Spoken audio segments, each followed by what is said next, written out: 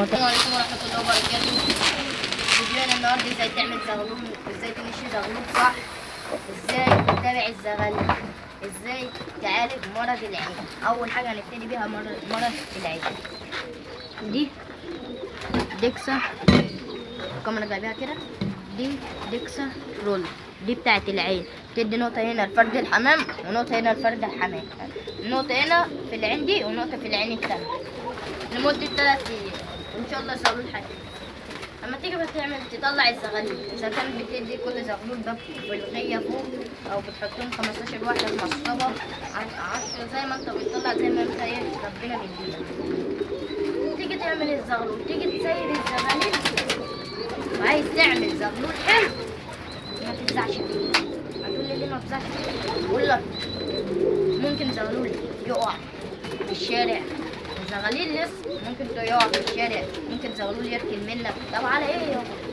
ما انت تستنى ما يكون عليهم الستات 7 لما يبقوا في الطن وتفزع فيهم تديهم نفسك كده لغاية ما يكون عليهم 5 كده تجريهم، لغاية ما يكون شاب ذكر كبير ترميه عصاري.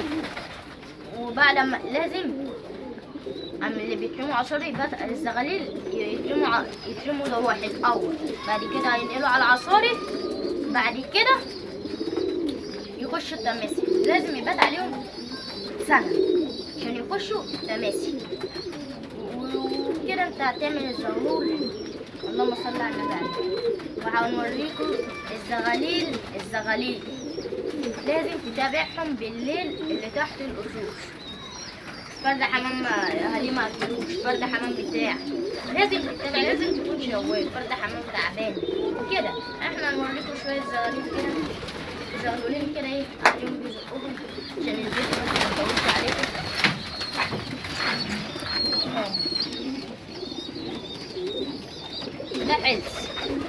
ده حلس اهو، اخوه اهو واكلين وشاربين وقاعدين الحمد لله ماكلين. وده فيديونا النهارده، واتكلمنا عن الفخ، اتكلمنا عن النبي مبشر واحلى مسا عليكم. والفيديو ده لعم كنتو ادم والعم احمد ادم العميد والعيلة ال ادم. السلام عليكم ورحمه الله وبركاته.